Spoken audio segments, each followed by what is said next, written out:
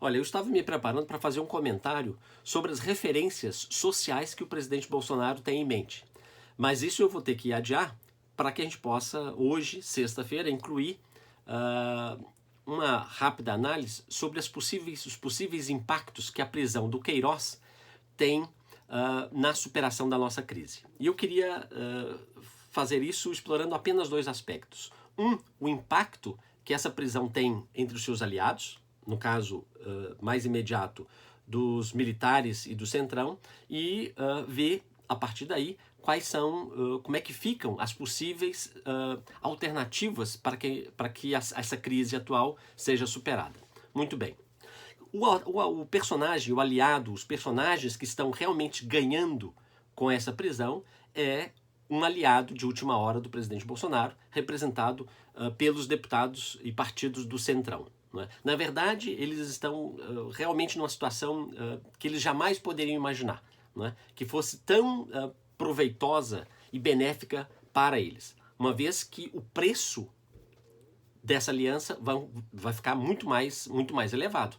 Não é? Com isso, o presidente Bolsonaro terá que entregar muito mais do que ele previa entregar ao Centrão. Entregar o quê? Ministérios, cargos em segundo escalão, direção de empresas. Não é? Então, ele praticamente terá que viver agora sob a tutela, não mais dos militares, mas muito mais do Centrão. Não é? Então, nesse sentido, é possível que haja um impacto, haja uma tensão entre os aliados que dão ainda sustentação ao presidente Bolsonaro. Não é? Então, é certo. Agora, isso evidentemente não garante lealdade eterna do Centrão. Não é? O Centrão, todos sabemos, eles são deputados hiper pragmáticos, interesseiros e que vão acompanhando o seu aliado até que o seu aliado seja sustentável. Quando eles perceberem que não dá mais para garantir o Bolsonaro, evidentemente que eles vão abandoná-lo. Mas isso mais adiante, provavelmente. Não é?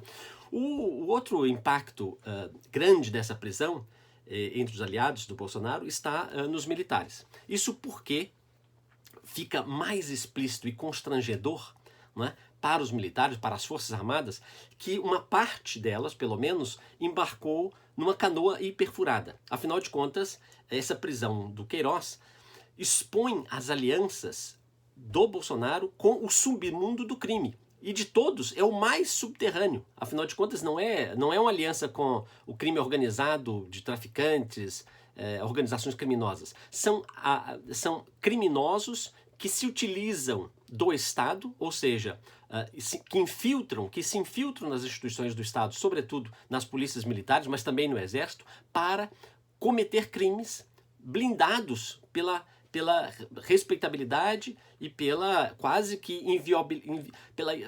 o caráter inviolável que essas instituições têm e a importância que elas têm para a segurança pública e para a defesa nacional. Não é? Então, na verdade, eles quase que esses aliados, né, do Bolsonaro, as milícias, eles ocupam o lugar mais baixo da criminalidade, não é? E mais perverso de todos. Afinal de contas, a população tende a confiar nessas instituições, não é, por representarem proteção. Muito bem. Então, nas Forças Armadas, que não são forças homogêneas, nem o Exército, você tem ali posições muito diferentes, né? Mas a que estava comandando, ou que estava bem posicionado, são aqueles que chancelavam a aliança com o Bolsonaro. Esses militares, sobretudo, no caso, que militares são esses? Esses generais que ocupam os ministérios e que têm assento no Palácio do Planalto. A situação deles vai ficar muito mais vulnerável. Não é?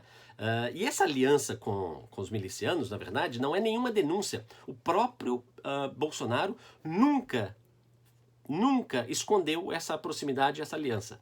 Ao contrário, ele sempre fez questão de chamar atenção, já propôs inclusive que essas milícias fossem legalizadas, ele já condecorou, ele tem entre os milicianos amigos, sempre frequentou o churrasco dessas pessoas, né? Então não é nenhuma denúncia, não é nenhum segredo dos vínculos da família Bolsonaro, inclusive do presidente, com partes das milícias no Rio de Janeiro. Né? Então isso constrange as Forças Armadas, enfraquece os aliados que o Bolsonaro tem dentro do Exército e torna mais, digamos assim, dá mais crédito aos críticos dessa aliança. Afinal de contas, muitos os generais da reserva que já ocuparam postos de comando das Forças Armadas começaram a se expressar dizendo que, afinal de contas, o Exército não é governo, o Exército é do Estado. O governo fica 4 anos, eles se elegem, né? Mas então, portanto, o Exército não está para proteger nenhum partido e nenhum governo. Não é? Então, com isso, a tendência é que o presidente fique mais enfraquecido e mais acuado. E essa imagem de um presidente acuado e infragilizado foi expressa pelo próprio Bolsonaro, que ontem, na sua live, que ele faz sempre às quintas-feiras, apareceu pela primeira vez sozinho e com cara completamente triste, vulnerável. Então, ele não esconde essa sua fragilidade. Né? Agora, claro, também isso não é suficiente para a superação da crise. Né? Afinal, ele já vinha se fragilizando há mais tempo. Não é? Então a gente não sabe, e esse é o segundo aspecto que eu queria comentar, qual é o impacto que isso pode ter num possível impeachment. Não é? Isso vai depender ainda da articulação dos partidos de oposição. Caso eles não tomem muitas iniciativas, é provável que o próprio Supremo aprofunde, não é?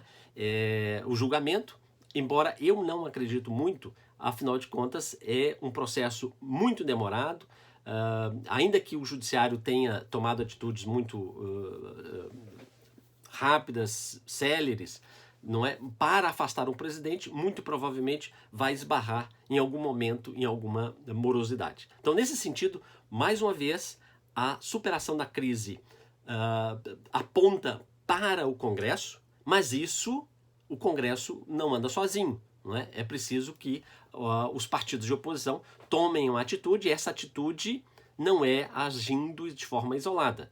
Já tem hoje o presidente da Câmara, já tem 46 pedidos de impeachment, mas nenhum deles ainda me parece resultado da articulação entre diferentes movimentos, diferentes partidos políticos. É isso que falta para que a gente finalmente possa superar nossa crise.